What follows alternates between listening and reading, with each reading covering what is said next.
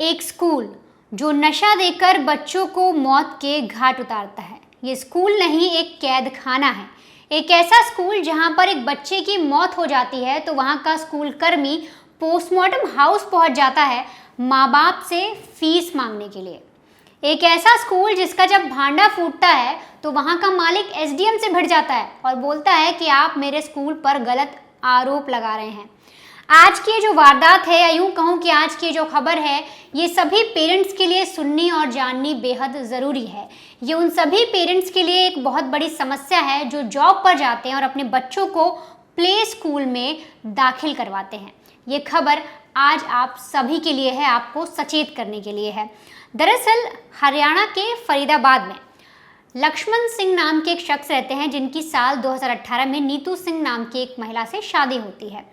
उनके 2 बच्चे होते हैं, एक 5 साल की बेटी है और एक 2 साल का बेटा है। लेकिन अब ये 2 साल का बेटा इस दुनिया में नहीं है। दरअसल स्कूल से 12 अप्रैल यानी कि शनिवार को एक फ़ोन आता है और कहा जाता है कि आपके बेटे की तबीयत बहुत ज़्यादा बिगड़ गई है, आप फ़ौरन इस अस्पताल में आ जाइए। परिवार जब वहाँ पहुँचता है तो जो बेटा था उसकी हालत बेहद ख़राब थी, और तो और आप ये समझिए कि डॉक्टर्स बाहर निकल के सीधे बोलते हैं कि आपका बेटा अब इस दुनिया में नहीं रहा। ये सुनते ही जो माँ है उसका कलेजा फट जाता है, पिता के पैरों तले ज़मीन खिसक जाती है। उनका एक छोटा मासूम 2 साल का बेटा अब इस दुनिया में नहीं है। और वहीं पर एक दृश्य देखिए और सोचिए कि जो स्कूल है उसका जो स्कूल कर्मी वहाँ पर मौजूद है, जो वहाँ काम करता है स्कूल में, वो उनसे कहता है कि आप हमें हमारी बची हुई बाकी की जो फीस है वो दे दीजिए, आपकी फ़ीस अभी आधी जमा हुई है। देखिए कितनी शर्मनाक करतूत है। दरअसल इस जब पूरे मामले में पेरेंट्स से बातचीत की गई तो उन्होंने बताया कि उनका जो छोटा बेटा है उसे अभी 9 अप्रैल यानी कि 9 अप्रैल को ही स्कूल के अंदर दाखिल करवाया गया था, क्योंकि जो पति पत्नी हैं दोनों कामकाजी हैं, कंपनी में काम करते हैं, उनको मौका नहीं मिलता घर पर इतना रहने का। पत्नी भी जो है दफ्तर जाती है और इसीलिए अपने बेटे का जो दाखिला है उन्होंने आर्मी पब्लिक स्कूल नाम का एक क्रैच स्कूल है, प्ले स्कूल है, जहाँ पर उन्होंने भर्ती करवाया था। अब होता यह है कि 12 अप्रैल को जो स्कूल प्रशासन है वो बता रहे हैं कि जो बच्चे यहाँ पर आते हैं हम उन्हें खिलाते हैं, पढ़ाते हैं, कुछ खाने को देते हैं, फिर उन्हें सुलाया भी जाता है। तो 12 अप्रैल को भी कुछ ऐसा हुआ कि बच्चे ने दोपहर में कुछ खाया, इसके बाद वो सो गया।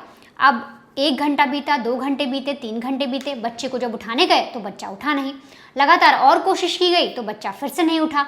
फ़ौरन उस बच्चे को ले जाकर अस्पताल ले जाया गया, अलग अलग क्लिनिक ले जाया गया। और ऐसे में जब जो स्कूल कर्मी थे, जो स्कूल में काम करने वाले लोग थे, वो जब छोटे से बच्चे को उठाकर क्लिनिक ले जा रहे थे, एक क्लिनिक से दूसरी क्लिनिक, दूसरी से तीसरी, तब तक पेरेंट्स को इन्फॉर्म नहीं किया गया था, माँ बाप को कुछ बताया ही नहीं गया।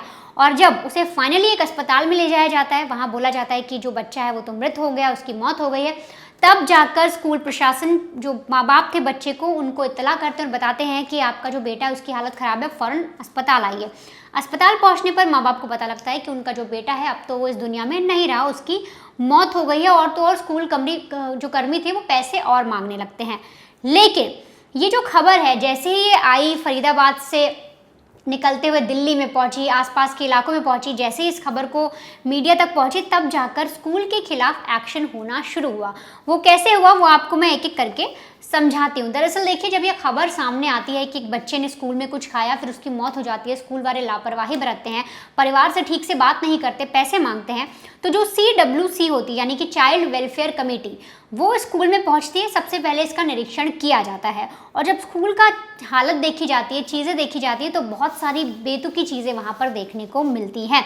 दरअसल एक 50 गज का मकान है जिसमें आर्मी पब्लिक प्ले एवं क्रैच स्कूल खोल रखा है और 7 साल से स्कूल यहाँ पर चल रहा है। यहाँ इनके पास कोई लाइसेंस नहीं है, जिन्होंने ये स्कूल खोला है, जो मालिक है, उनके पास कोई लाइसेंस नहीं है स्कूल खोलने का, पर फिर भी फर्जी तरीके से, इलीगल तरीके से 7 सालों से जो स्कूल है इसी जगह पर मौजूद है। 50 गज के मकान के अंदर ये जो स्कूल है बना हुआ है। और यहाँ पर और तो और जब CWC की टीम पहुँचती तो देखती है कि जो खाना वहाँ पर रखा है, जो फूड है जो बच्चों को दिया जाता है वो एक्सपायर है, जो ओट्स है, जो कुछ ऐसी मील हैं वो सारे एक्सपायर पैक्ड रखे हुए हैं, आटा जो है बहुत दिनों का गुथा हुआ रखा हुआ है, उसमें से बदबू आ रही है, और तो और जो दलिया है वो भी सड़ा हुआ है, और इस तरीके से पूरा जो खाना है बहुत गंदा है और वही बच्चों को दिया जा रहा है।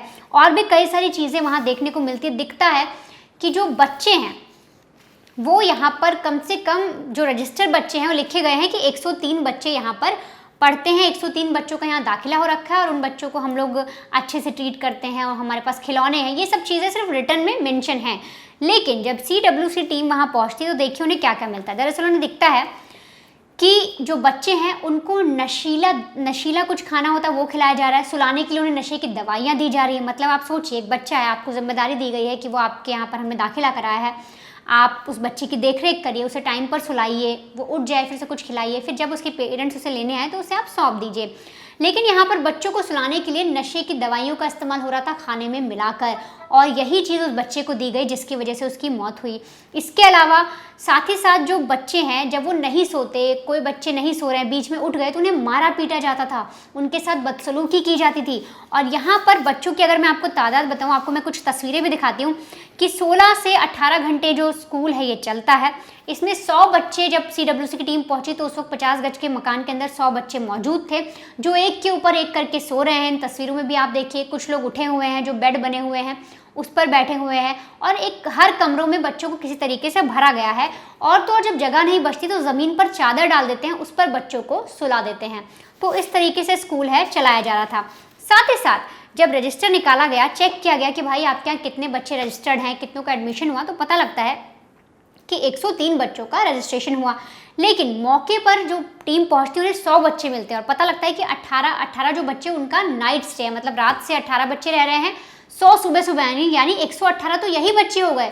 तो आखिर 103 की रजिस्ट्री क्यों दिखाई जा रही है? इसके अलावा और भी कुछ चीज़ें हैं जो मैं आपको एक एक करके बताती हूँ। जैसे कि आपको मैंने कमरे दिखाए जिन कमरों में बच्चों को सुलाया जा रहा है, तो वहाँ टीम को पता लगता है कि इन कमरों में ठीक तरीके से व्यवस्था नहीं है, लाइट नहीं रहती, बच्चों को ऐसे ही लिटा दिया जाता है। और तो और जैसे आप प्ले स्कूल में डालते हैं वहाँ कम से कम टीचर्स होते हैं, सेविकाएं होती हैं जो बच्चों की हेल्प करती हैं, जो वहाँ पर और भी लोग मौजूद होते हैं, कुछ जो कर्मचारी होते हैं। लेकिन यहाँ पर सिर्फ एक सेविका थी, कोई टीचर नहीं, कोई नहीं। इन 118 जितने बच्चे यहाँ मौजूद थे उन पर सिर्फ एक सेविका थी जो उनका ध्यान रखती थी और वही उनकी देखरेख करती थी। तो ऐसे में जो कमेटी, उसका कहना है कि वो अकेली क्या यहाँ पर इस तरह से ध्यान नहीं रख पाती। जब बच्चे चिल्लाते जगते तो उनको मारा पीटा भी जाता था। इसके अलावा और भी कुछ चीज़ें इसमें पता लगी हैं कि साफ तौर पर अगर मैं आपको बताऊं तो जो पेरेंट्स हैं बच्चों के, उनसे करीब 4 से 8 हज़ार रुपये वसूले जा रहे थे महीने के।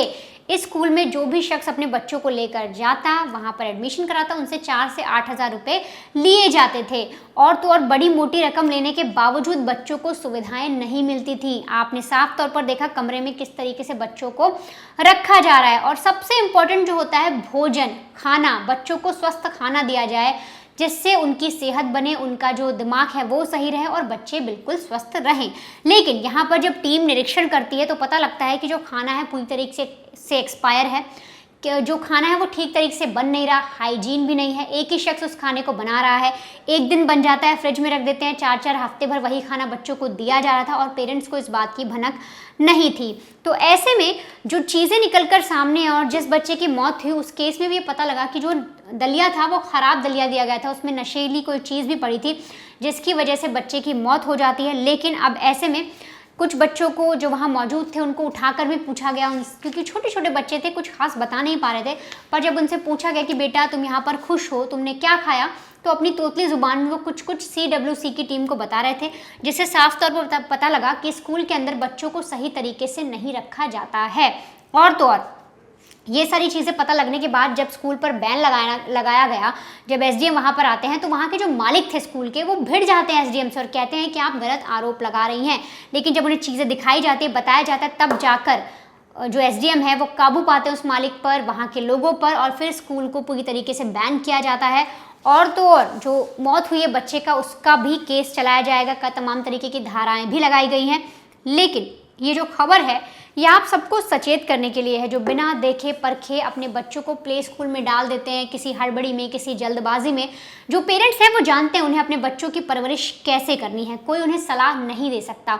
वो समझते हैं, वो ये जानते हैं कि उन्हें अपने बच्चों को कैसे पालना है, किस स्कूल में डालना है। लेकिन अगर फिर भी आप किसी आस पड़ोस के कोई आपके घर के आसपास कोई ऐसा प्ले स्कूल है, आप अगर बच्चों को डाल रहे हैं जहाँ 16 से 17 घंटे बच्चा रहता है, आप उसकी देखरेख नहीं कर पाते, तो कम से कम एक दिन अचानक जाकर आप खुद स्कूल को चेक करिए, आप देखिए स्कूल कैसा है, किस तरह से बच्चों को रखा जा रहा है, वहाँ बच्चों को खाना क्या मिल रहा है। इन सब चीज़ों का जो देख रेख है, जो जांच पड़ताल है, वो करनी पेरेंट्स के लिए भी ज़रूरी है। क्योंकि जिस तरीके से ये जो स्कूल है लीगल तरीके से 7 सालों से चल रहा था, तमाम तरीके के बच्चे, हर घर के बच्चे यहाँ पढ़ रहे हैं, इसमें एक बच्चे की मौत हो जाती है। सोचिए, ऐसे जो खाना उनको दिया जा रहा है, नशा मिलाकर दिया जा रहा है ताकि वो सो जाए, नींद की गोलियां मिलाकर दिया जा रहा है, तो कितनी हानिकारक चीज़ है बच्चों के लिए। तो ऐसे में स्कूल पर भी सवाल उठता है, प्रशासन पर सवाल उठता है कि किस तरीके से इलीगल स्कूल चल रहा था, और उन पेरेंट्स पर भी सवाल उठना लाजमी है कि आखिर वो कैसे ऐसे स्कूल में अपने बच्चों को भेज रहे थे। उनको एक बार इस स्कूल की जांच पड़ताल ज़रूर करनी चाहिए थी। अगर आप 4,000 8,000 रुपये दे रहे हैं तो कम से कम स्कूल में जाकर देखिए तो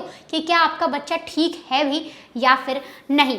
तो फिलहाल स्कूल पर जो है केस चलेगा, इसे बैन भी कर दिया गया है, और साथ ही साथ जो मालिक हैं उन पर भी तमाम तरीके की धाराएं लगाई गई हैं। और साथ ही साथ जो CWC की टीम है उन्होंने हिदायत भी दी है कि इस तरीके के जो स्कूल है वो बैन होने चाहिए।